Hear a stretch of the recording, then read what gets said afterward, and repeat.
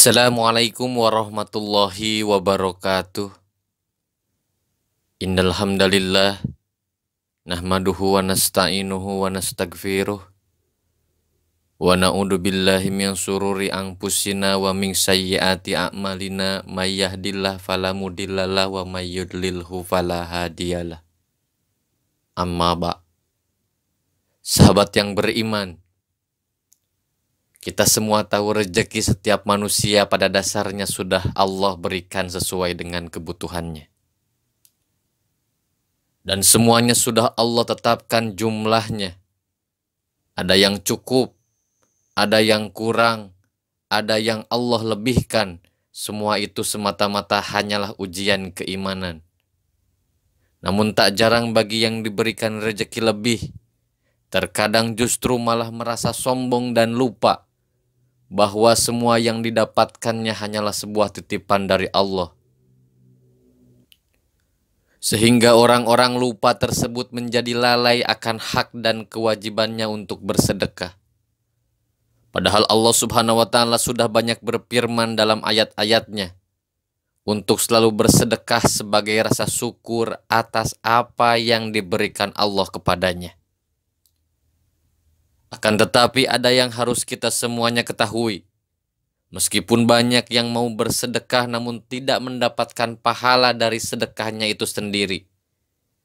Karena kesalahan atau ketidaktahuan tentang fadilah dari bersedekah. Lalu apa sajakah kesalahan yang sering dikerjakan dalam bersedekah tapi jarang kita sadari? Simak terus videonya di channel Cahaya Quran. Dan jangan lupa tekan tombol subscribe, like, dan share-nya agar menjadi berkah untuk kita semua. Amin ya Allah ya Rabbal Alamin. Yang pertama, kesalahan yang sering dikerjakan dalam bersedekah tapi jarang kita sadari, mencari pujian dari orang lain. Hal ini mungkin masih banyak ditemukan pada masyarakat kita, yakni bersedekah tapi dengan niat pamrih kepada orang lain. Misalnya adalah supaya mendapat pujian, supaya terlihat baik, dan lain sebagainya. Apabila niat kita bersedekah hanya untuk mencari pujian dari orang lain, maka insya Allah kita tidak akan mendapatkan pahala dari sedekah itu.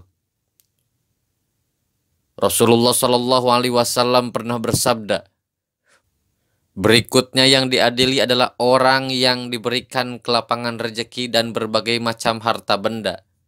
Diperlihatkan kepadanya kenikmatan-kenikmatan yang diterimanya. Ia pun mengakuinya. Allah bertanya, apa yang engkau telah lakukan dengan nikmat-nikmat itu? Dia pun menjawab, aku tidak pernah meninggalkan sedekah dan infak pada jalan yang engkau cintai. Aku melakukannya semata-mata karena engkau. Allah berkata, engkau dusta, engkau berbuat yang demikian itu supaya dikatakan seorang dermawan atau murah hati. Dan memang yang begitulah yang dikatakan tentang dirimu. Kemudian diperintahkan malaikat agar menyeretnya dan melemparkannya ke dalam neraka. Hadis riwayat Muslim. Dari hadis tersebut sudah jelas dikatakan bahwa orang-orang yang bersedekah hanya untuk mendapatkan pujian dari orang lain dan bukan karena ingin mencari ridho Allah. Maka orang tersebut akan diseret oleh malaikat ke neraka. Na'udzubillah. Yang kedua, menunda sedekah. Nikmat sehat dan kelapangan rezeki merupakan salah satu nikmat yang sering kali kita lalaikan.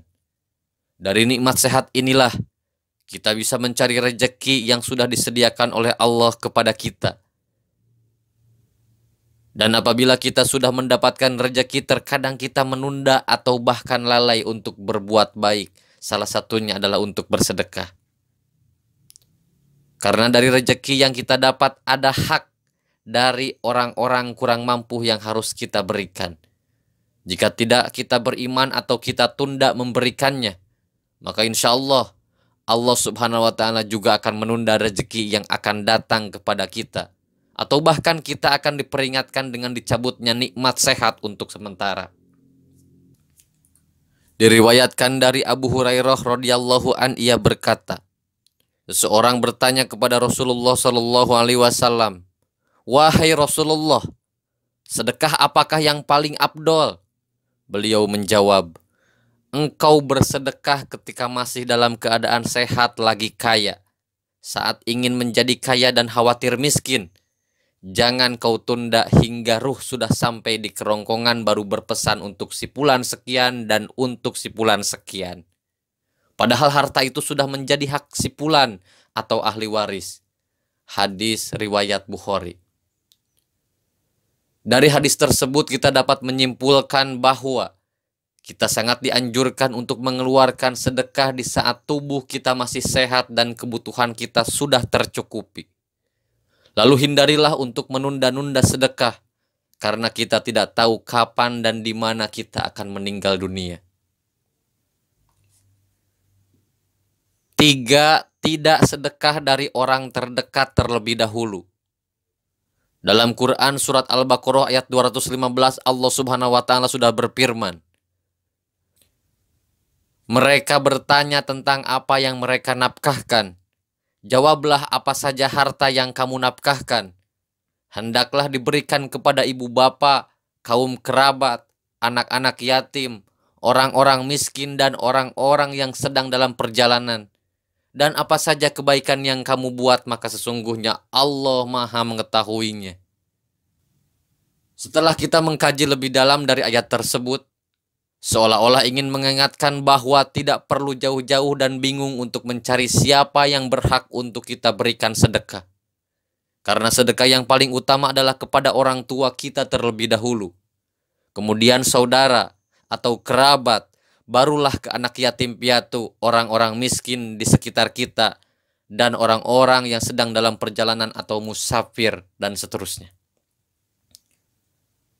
Rasulullah Shallallahu Alaihi Wasallam pernah bersabda, "Sesungguhnya sedekah kepada orang miskin pahalanya 1 sedekah, sedangkan kepada kerabat pahalanya 2, yaitu pahala sedekah dan pahala menjalin hubungan kekerabatan." Hadis riwayat Tirmidzi, An-Nasai, dan Ibnu Majah.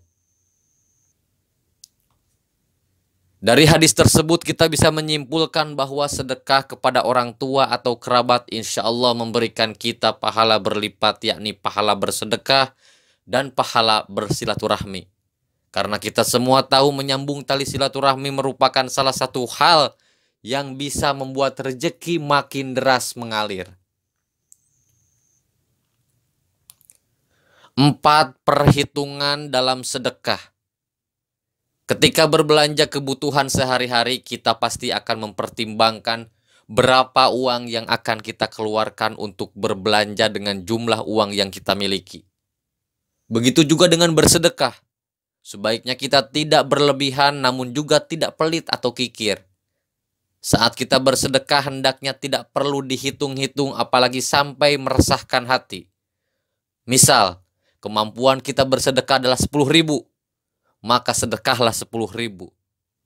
Dan tidak perlu dipaksakan harus bersedekah banyak apalagi kita belum mampu. Rasulullah Shallallahu Alaihi Wasallam bersabda, "Bersedekahlah kamu dan jangan menghitung-hitung, karena Allah akan menghitung-hitung pula pemberiannya kepadamu. Dan jangan kikir karena Allah akan kikir pula kepadamu." Hadis riwayat Muslim. Dari hadis tersebut bisa kita simpulkan bahwa apabila kita bersedekah tanpa menghitung itu, maka insya Allah Allah juga akan mengganti tanpa menghitung-hitungkan kepada kita. Yang artinya balasan bagi orang yang bersedekah karena Allah, pasti akan Allah lipat gandakan pemberiannya. Namun apabila kita kikir, maka Allah pun akan kikir kepada kita.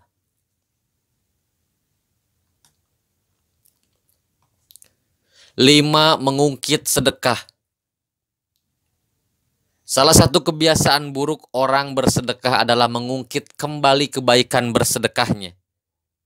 Orang tersebut merasa berjasa atas pemberian yang dilakukannya kepada orang lain, dan jika suatu hari terjadi konflik, orang lain yang pernah diberikan sedekah, maka pemberi sedekah akan mulai mengungkit-ungkit kebaikannya. Seolah-olah jika tidak karena bantuannya, maka orang yang diberikan sedekah tersebut tidak bisa apa-apa. Padahal sikap mengungkit-ungkit sedekah merupakan sikap yang dibenci oleh Allah Subhanahu wa taala. Hal ini sebagaimana yang sudah Allah jelaskan dalam Al-Qur'an surat Al-Baqarah ayat 264. Hai orang-orang yang beriman, janganlah kamu menghilangkan pahala sedekahmu dengan menyebut-nyebutnya dan menyakiti perasaan si penerima. Dari ayat tersebut sudah jelas bahwa kita sangat tidak dianjurkan untuk mengungkit-ungkit sedekah yang sudah kita berikan kepada orang lain. Karena dengan mengungkit-ungkit sedekah yang pernah diberikan akan membuat si penerima menjadi sakit hatinya. Kemudian yang terjadi adalah putusnya tali silaturahmi antara sesama muslim. Padahal kita semua tahu, siapapun yang memutus tali silaturahmi kepada sesama muslim, insya Allah juga akan mempersulitnya dalam mendapatkan rezeki. Oleh sebab itu, ada baiknya sikap mengungkit-ungkit sedekah ini dihindari. Karena jika berlanjut, maka kita tidak akan mendapat pahala dari sedekah itu sendiri. Sahabat yang beriman, semoga Allah Subhanahu wa taala selalu menjauhkan kita dari sikap dan sifat yang tercela. Amin ya rabbal alamin. Wallahu alam. Wassalamualaikum warahmatullahi wabarakatuh.